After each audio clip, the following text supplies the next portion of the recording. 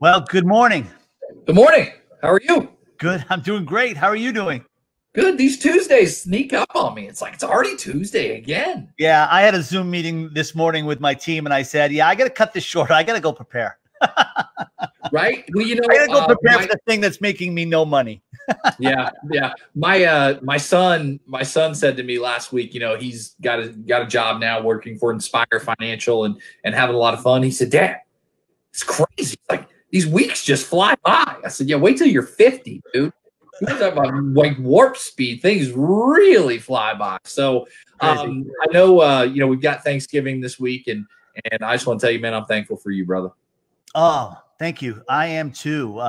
Since June, it's been it's been motivating to have you in my life, and I'm grateful for it. Good morning, Randy. And what's with the hockey stick? Well, you're in the penalty box.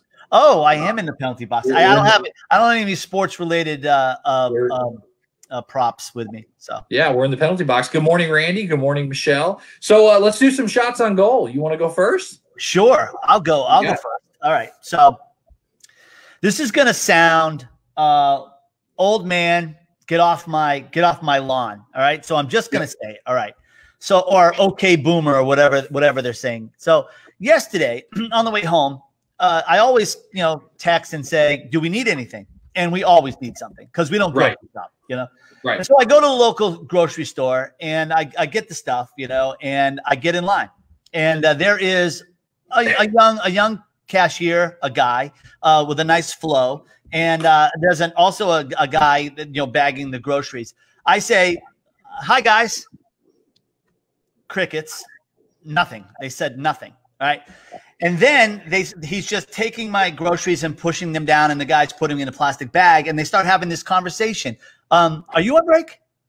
Who's on break next? Are you on break? I think I'm on break next. I think we missed our break. And this fucking thing, I'm sorry, excuse my language. This went on, excuse my language. This went on for, it seemed like minutes, but it probably was like 30 seconds. And I was in the middle of what I'm now calling a "Are you on break" ping pong match.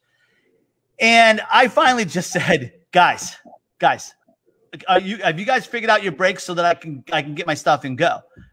Okay. And that's right. So then I grab my stuff and I go out, and Santa Claus is out there ringing a bell. And I grab a couple bucks and I throw it in and I say, "Santa, this was what just happened." And Santa looked at me deep in with his, cherry rosy cheeks and said, "We're screwed." I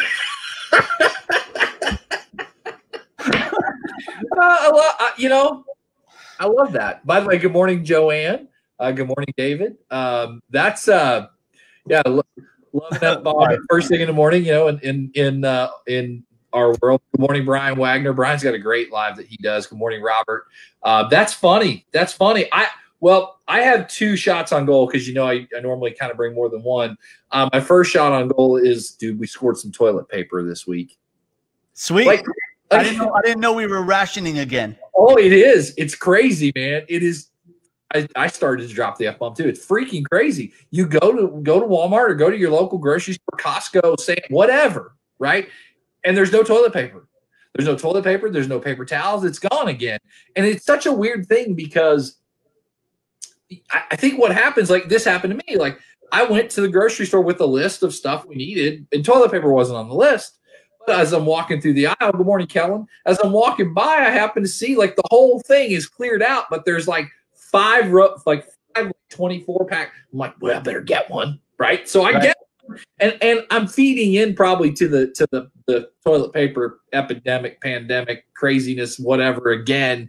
And I'm like, I'm an idiot. But now we've got like 900 rolls of toilet paper. We still have toilet paper from before. It's almost silly. Well, manufacturing, we knew, did we not learn a lesson from January, February? Yeah. I've walked by it a million times going, yeah, that's never going to happen again. I'm not going to buy it. So. Yeah. Well, I posted something in our Megamind group this week and also in the Megamind Pro group about, the numbers for Walmart, Costco, Sam's Club, all those, they're up 80% over prior year. And that the way we shop, our patterns have changed. You know, the stat is now that we will make one very well thought out trip to the grocery store, and we will buy everything we need for a week. We're meal prepping for weeks. You know, we're putting a lot of thought into what we do now when we go out versus what we did a year ago, or even, you know, back to January and February. And part of my thought process is we have to change the way we go to business as salespeople and as marketing people. And you know, if you're not taking advantage of doing live streams to promote your business, or if you're not taking advantage of, you know, audio and video and things like that on LinkedIn, you know, you're missing out. And which is a great somewhat lead into our guest today, Joe, which we'll talk about in a minute. I have another shot on goal. Shout out to Pat Quinn, who passed away yesterday at 37 years old.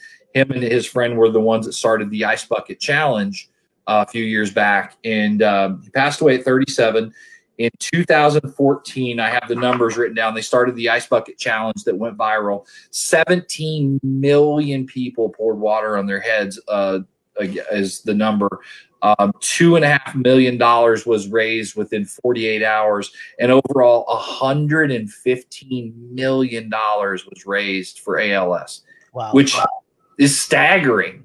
You know, from people tagging other people. You think about like just how just some of the simplest things that can go kind of crazy and then bring value in a world, you know, that's full of just weirdness. And so anyway, that was my shot on goal, toilet paper and Pat Quinn, and shout out to him.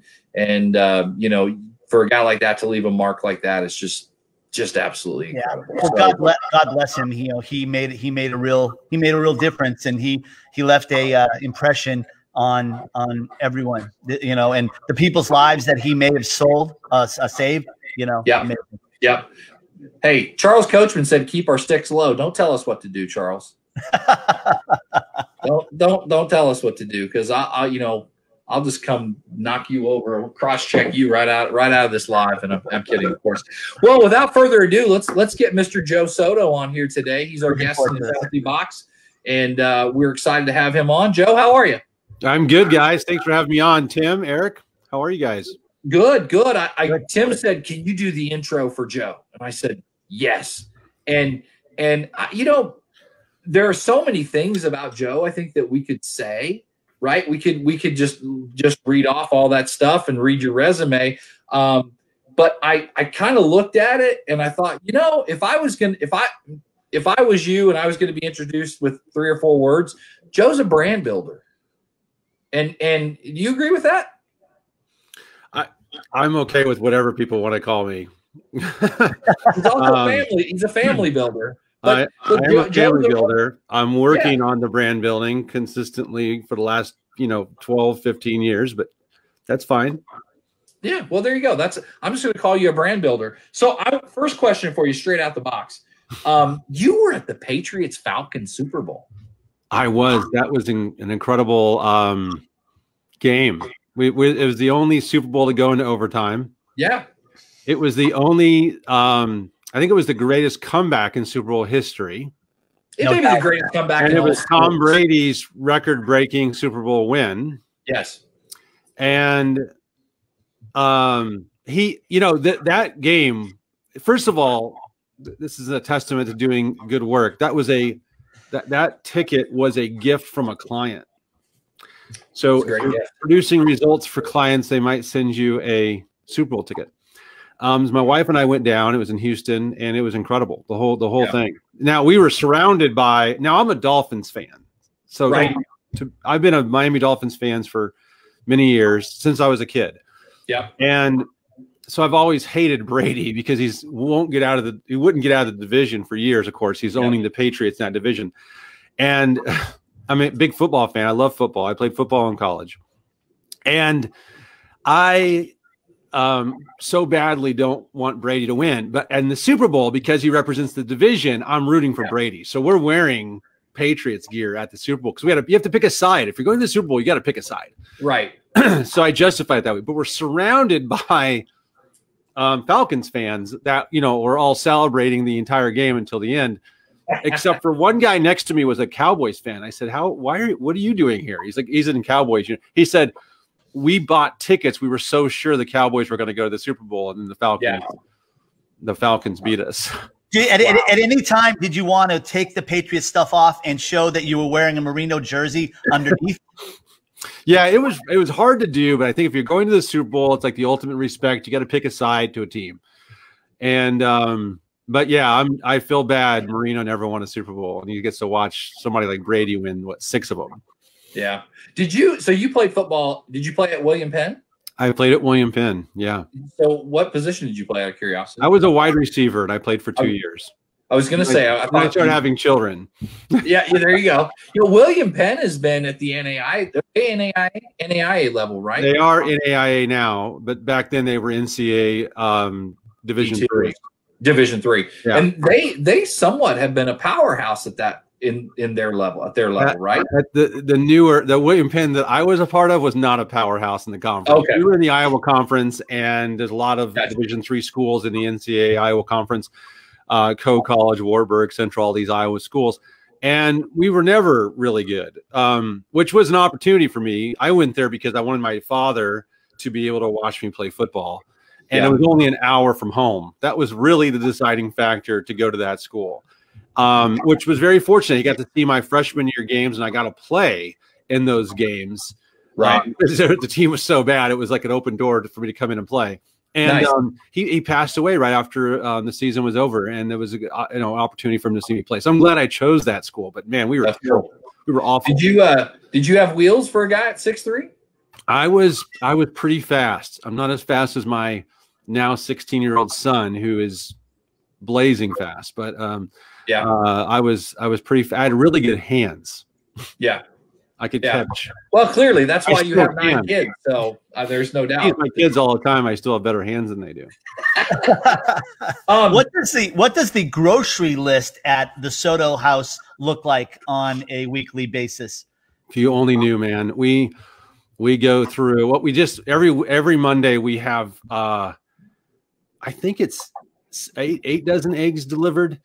Wow. I mean, to literally deliver to our front door from a lady who lives just a few miles down the road. Who deliver, and we go through all the eggs she brings in a week. We go through at least a carton a day, minimum. We went through a carton this morning. I saw, so it's insane. But yeah, I mean, the Costco and grocery list is a lot. Do you get to partake? People watching, we have 7 children in the home that are 16 and under. Which is why they're asking. So we have a family of 9 in the house, and we are constantly grocery shopping. Hey, we had Brian. We are stocked up on toilet paper, Eric. Good. You need to be. You need to be. We had Brian Cristiano on a couple weeks ago. Owns a marketing firm in Manhattan, and one of the questions I asked him, and I want to ask you the same thing. Kind of a little bit of a loaded, very open-ended question, but what's the future of marketing? The future of marketing is video and digital. It's just what you guys are doing now. And everyone knows that. They see it coming on. I mean, virtual people's hands. There was something really interesting that happened when the pandemic hit.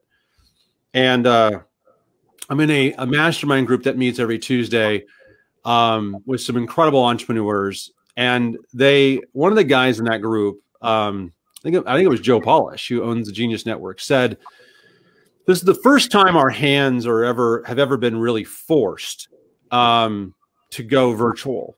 And meaning people like us, maybe who are in the marketing world, we're used to using Zoom. We're used to kind of going digital, and we're used to doing things virtually. I'm used to meeting on Zoom. I've been using Zoom for as long as I think it's been out.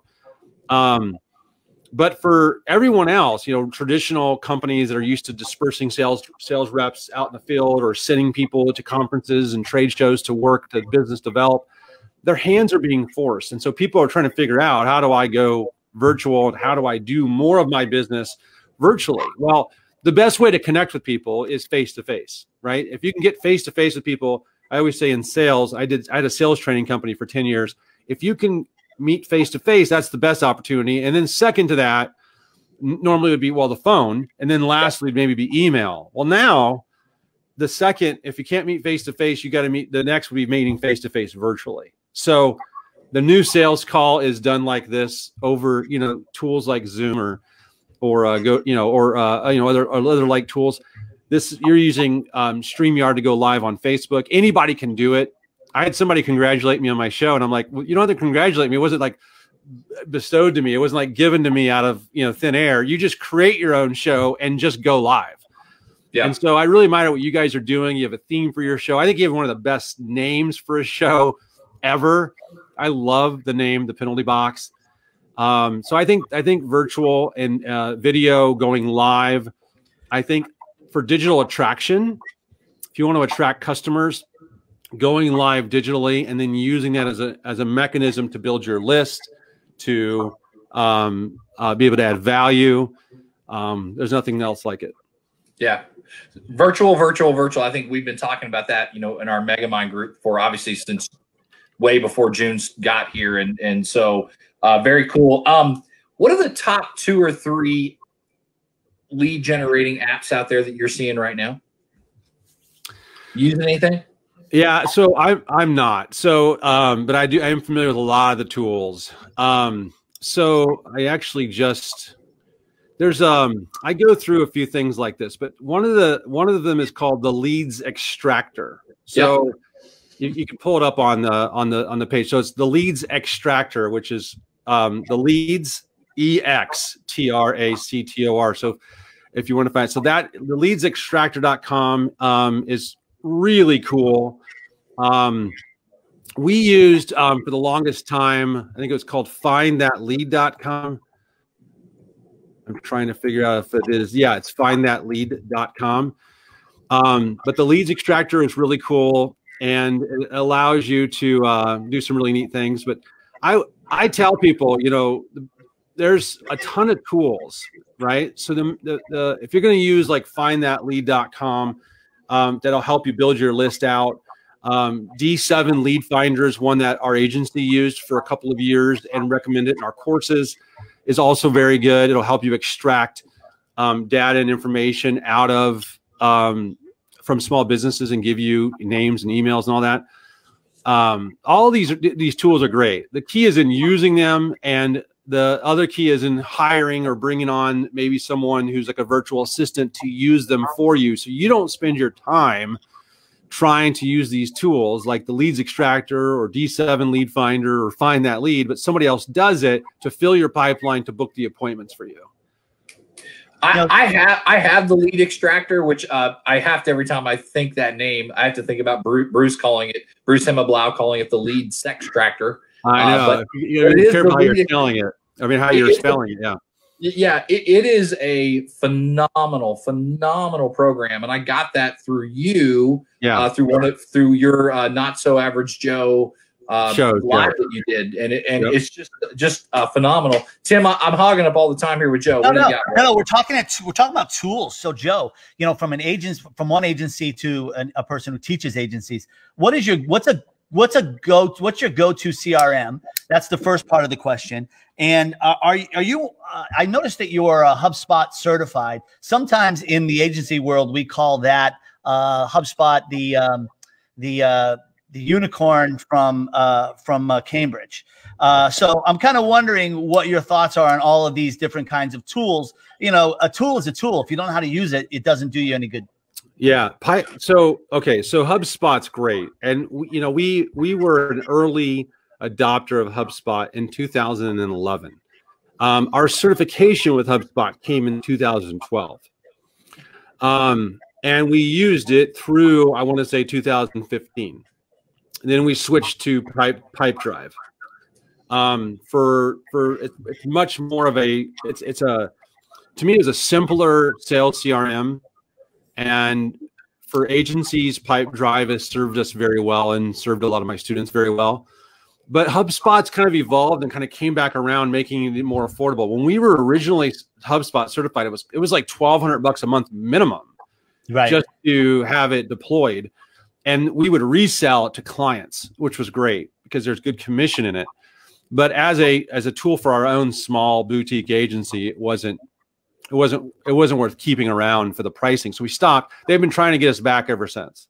Right. So that's, I would tell people, I mean, I don't get caught up too much in too many tools for the business. So you can have a good CRM like with Pipedrive. We've used Asana for years, and we're exploring Airtable right now, which is really cool for kind of being a hub for content and project management. Okay.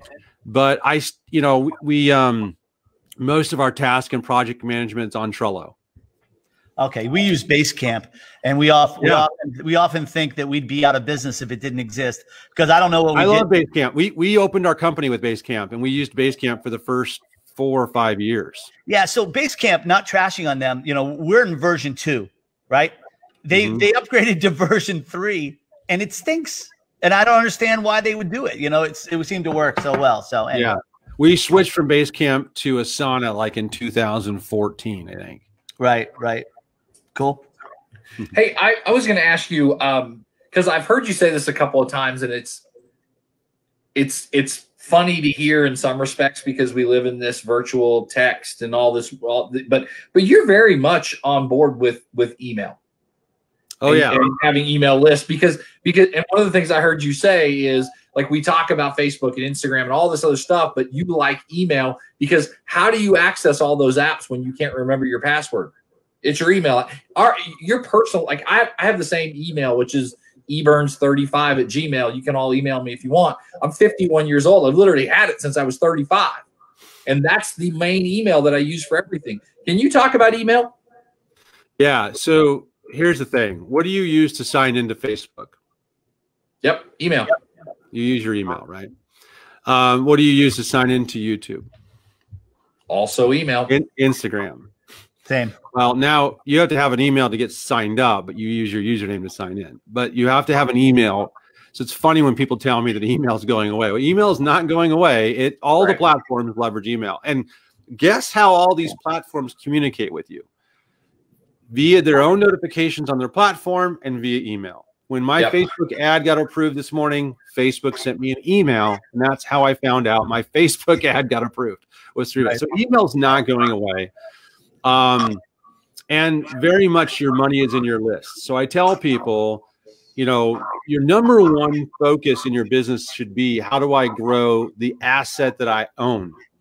And it's an asset I don't have to keep paying for, like Facebook advertising. And Facebook, Facebook is something that if you want to grow it, they're going to make you pay to play, right? If you want to grow it quickly, you can grow it slowly, organically, or quickly with paid ads, right? So I tell people, your number one asset is your email list, and you should always be growing it. So, for instance, I do, and by doing that, you give away something for value. So, for instance, I have a new training online that I had done for Jeffrey Gittermer's Insiders Club called Digital Attraction Hacks. And I took that video train that I did, I expanded upon it and built a workbook around it with all the different resources. There's like 21 resources. And your entire audience can download it for free at digitalattractionhacks.com. And they can access the training for free. And they can access the workbook for free and all the resources. But guess what they have to give me in return? Their email, right? So it's an incredible value. It's an hour training that will blow their minds with ways to attract customers and how to attract and get their attention online using some very specific strategies and techniques. And none of them cost money. That was the point of it. Well, by adding that of value, I now have another list. Okay. And that particular list goes into a 10 email follow-up email sequence. If people want to learn how to do this, that each email follows up about one email every 2 or 3 days. Over the course of like 15, 20 days, you'll get 10 emails from me with more hacks, more value. And so it just continues the value. And so by the time they're done with them, they're like, I'm never getting off this list because Joe keeps giving me some pretty cool stuff. Yeah. Which then, and really recently, I've been playing with different promotions. Unfortunately, so many people dropped all these different things. In November was a big promotion month. But, and I promote more in November than I do any other month, actually. November, October is probably my biggest promotion months. But That email list, just by recommending other products and earning affiliate commissions, adds another 6 figures of revenue stream into our company just from our email list. And then anytime we launch a product, we launch it through our email. Anytime I want to decide I want to do coaching programs, and I learned this from somebody a while back. They said, here's the best way to get coaching clients. Just email your list and say you're going to have a coaching program and then limit it.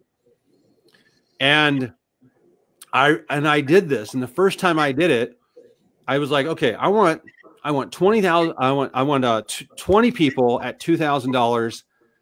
And I'm only going to limit to 20 people. I've since lowered my mentoring groups to 10. I've only done it 3 times, and I'm not doing another one to the new year. So I'm not promoting that here. But here's the point. He said, just send an email and just say, I'm opening up a private coaching group for a small group of people. Would you be interested? Reply if you're interested. And that's all the email said. I sent to a test list of 2,700 people, 2,700 emails. And then I drove south because I was going to visit a friend on his farm. And that day, I'll never forget, because I was stopping at a Starbucks down by James Madison University, and I pulled over, got my laptop out. I was like, I wonder if anyone replied to this. And I had 72 replies. Now, I never said the price, and I never gave a link. So then I just sat down at the Starbucks. I replied to all 72 emails myself. Now it's not automated. I replied to all 72 emails, and I said, here's what the program is. I just cut and pasted the same response basically to everybody, but I personalized it to them. I said, here's what the program is going to entail. Here's what it's going to cost. And if you're interested, here's an application. I filled that group in 4 days. Wow. Cool. And I did it without talking to anyone. And I did it with an email. So anyone can do that. That's the formula that I just shared. Everybody thinks there's something more magical than that. No, I had a landing page with an application where people could fill it out. And then I decided who I would accept and who I wouldn't, which was real. And I was told to call them and accept them. I was lazy. I emailed them and accepted them. But then I got to deal with them more one-on-one and in a group setting. And then I did it 2 more times. I raised the price, and I filled each one for 10 people per. And I did it all. The reason why I'm sharing that is I did it all through email, guys. Ironically, I was one of the ones that did not get accepted. Thank you very much. But one of the things I wanted to ask you, you said usually your biggest months to do that are October, November. Why is that? Is there those are big affiliate months, because a lot of course creators, one of the best times of the year to launch a new program or course is October, November. Just seasonally, that is how it works. End of October, early November is when people drop a lot of the course, because they want to do it way before the holidays and also in prep for the new year. Just those tend to be, and summer's over with, so you're kind of past vacation time. And October, November are just really good promotional months in my business anyway. So the problem is when you're an affiliate for a handful of people, they all want you to affiliate at the same time, and you can't. It's too hard to do that. Last question from me before we get out of here and come back with you and the OT.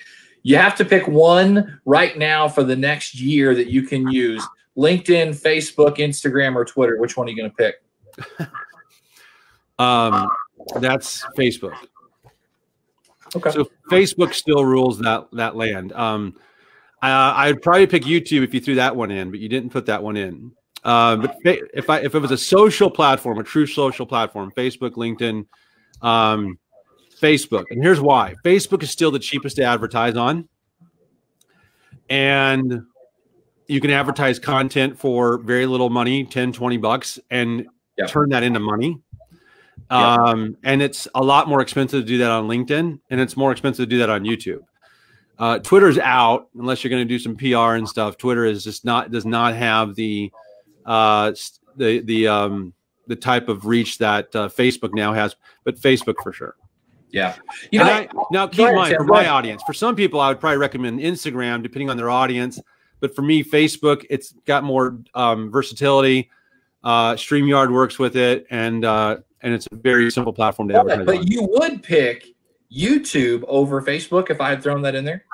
Maybe, because YouTube is my second highest traffic source after email.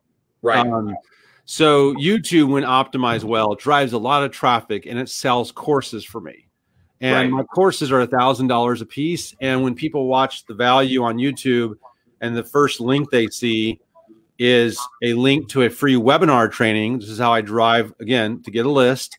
Right. I drive them to a valuable webinar training. And then the webinar gives so much value that by the end of it, when I present that I have a course they can buy, then, you know, they're more likely to convert if I've genuinely give them value up front. And so my goal is to give tremendous value up front.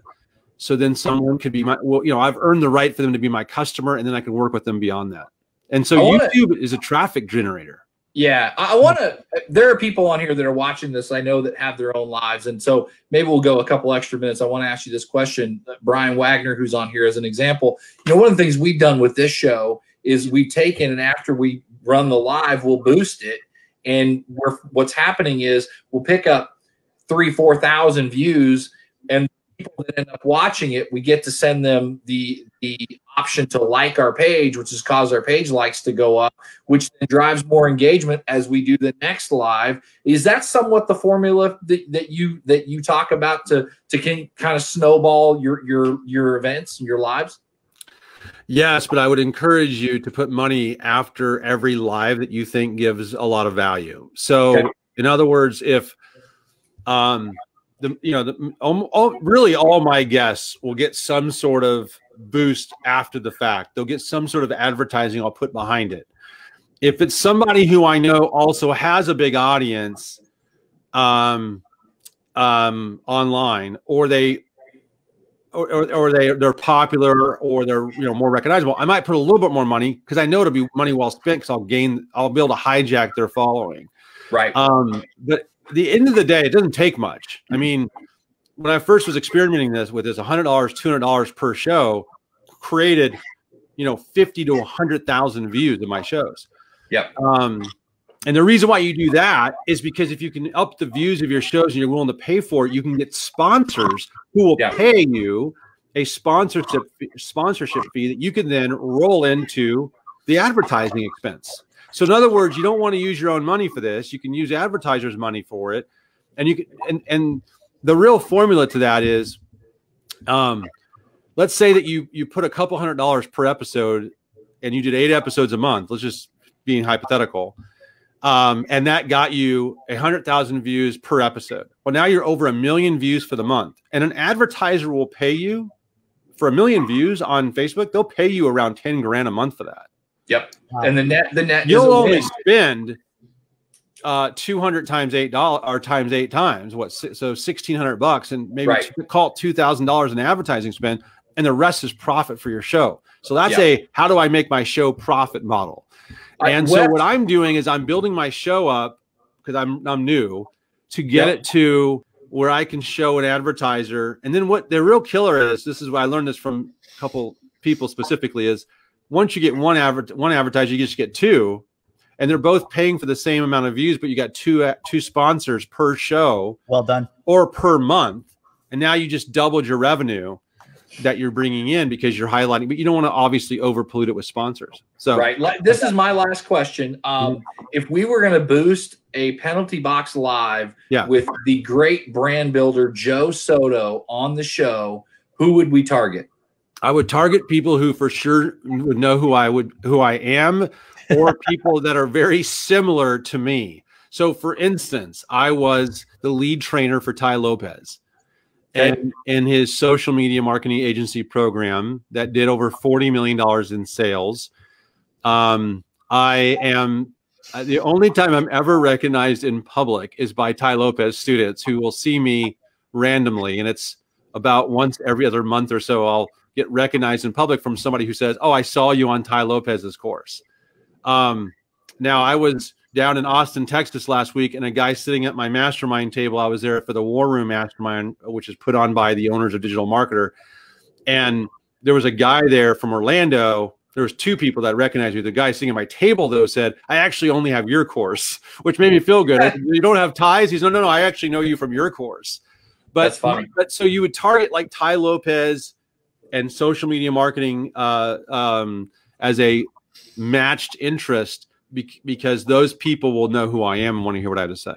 So to talk, and I'm asking the question somewhat because it's kind of funny to because we're going to boost this. But would you target males or females? Would you target males over 30 to 50 years old? What would that look like? Because I think people are afraid of looking at that, and they don't know.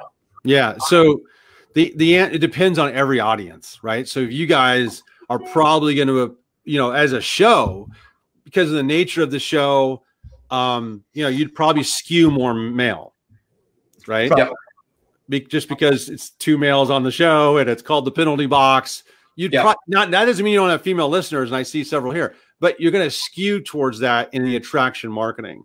So it really that's dependent on person to person. Yeah. And for me, my audience is also more male dominated. Right. Tim, you got the last question. And I have a guy on my show today, and we're talking about Facebook audience targeting, and he's an absolute wizard at it. Oh, cool. Then we'll definitely chime in. Now I'm going to save all my questions for the OT. I know that Bruce had one. If Wes, you could bring that up real quick and have him answer that question, and then I'll save everything else for the OT. And we need to promote who we've got coming on next week. So there's two things that businesses should technically have on their website. This is a great question. Should every business have a lead magnet on their website, and why? The answer is depends what your objective is. If your objective is just to be handing someone a brochure as they land on your website and hope that information entices them to want to inquire or take the next step with you, then that's fine. But if your answer is, I always say to people, what's your main objective? Someone hits your website, what's the one thing you hope that they do? And it typically is, contact us, buy from us, or reach out to us. Okay. So, if you just meet someone, if someone's finding you through search, or someone's finding you even through a recommendation, and they're just checking you out versus some other competitors, they're shopping you or just trying to learn about you, then there's only two ways for you to follow up with them. One is if you at least get some way to follow up with them, their email or phone number. Text marketing is also really important. Or follow up with them with retargeting ads. Having a Facebook pixel code on your website, having a Google code on your website. You can now do LinkedIn, and you can send people and serve them ads within minutes of them being on your website. And so now you have a mechanism to follow up with people who bounce off your website because, according to the stats, over 90% of the people who visit any website are going to bounce off and leave. And so when they do that, how do you follow up with them? So you either have a pixel and you're following up with ads, or you're following up with an email correspondence because you gave them something of value on their website. So my objective when people land on any of my sites is I want to give them value in exchange for an email, period. Yep. Because that email, the money is in that list. And so I know I can continue to give them value. And that ultimately, even if they haven't bought a course from me, they might. I have so many people who go, I bought your course after a year of following you. And so I had to follow up with them in order for them to come to a position where they go, or either now I have the money, or now I have the time, or now I feel confident Joe can deliver value at that higher price point. Do you know the average number of what that follower has followed me for X until I actually landed them as a client? I don't. And that's really depends on the psychology of it. So people are convinced in different ways. They're actually only convinced in one of four ways. So if you want to get into sales psychology, which is really my background, I spent 10 years as a sales trainer teaching NLP and psychology. But the four ways are: there's people that are convinced instantly, meaning they only need to see something once to be convinced. They see proof of it one time and they're convinced it can work. They see one testimonial, they see one success story, they hear from you once, present, and they're convinced. The other type of person is somebody who's convinced over a period of time. So after they see you for 2 or 3 months, they'll even say this. You'll say, well, how long do you need to see that someone's good at what they do in order to be convinced? They'll say things like, well, or I guess after like 90 days, or after 6 or 7 months, or if I see them over a year, then I know for sure they're good at what they do. They'll use a period of time as their description. Other people will answer that question with, they actually give you a number. They'll actually say, well, if I see them, 3 or 4 times and they've done a good job, or if I see 3 or 4 examples. So when I'm trying to convince a customer, sometimes they'll say, I want a new website. I'll say, how many examples would you like to see to be confident that we're good at what we do? They'll actually say, well, I just need to see one good example. Or they'll say, I need to see 3 or 4. Or some will say, I don't know, I need to see several that you've done over the last couple of years, period of time. The fourth type of person to be convinced, and you have to hit all of these people in your email correspondence and follow-up, is the person who needs to be convinced like every time. These are the most difficult clients to deal with, because every time you go to see them, they need to be like reconvinced why they're even doing business with you. Tell me why we're doing this again. Tell me why I need to be buying this, or why should I be using you guys and not somebody else? Every time it's like, wait a minute, we just went through this, or you're already my customer. Why are you asking me this again? Because they almost have to be convinced every single time. And those are very difficult ones to sell, and we just avoid at all costs. Yeah, just not even deal with them. Joe, how can people get a hold of you? They can text me, and that number is 571-639-4584. They can and they can text me, and they'll then be on my text list, but it's actually me who responds. They can email me or find me at JoeSoto.net. They can find me at JoeSoto Training. They can Google me. You can go to digitalattractionhacks.com and get on the list. Here's what I promise is that I'll recommend things that only I believe in from time to time, but I'll also give you a tremendous amount of information and value. Yeah, no doubt. Well, we're going to get you out of here, and then we'll come back with you on the OT and record a little more, because this is good conversation. So thank you for being on today. We appreciate it. You're the man. Tim, Eric, thank you.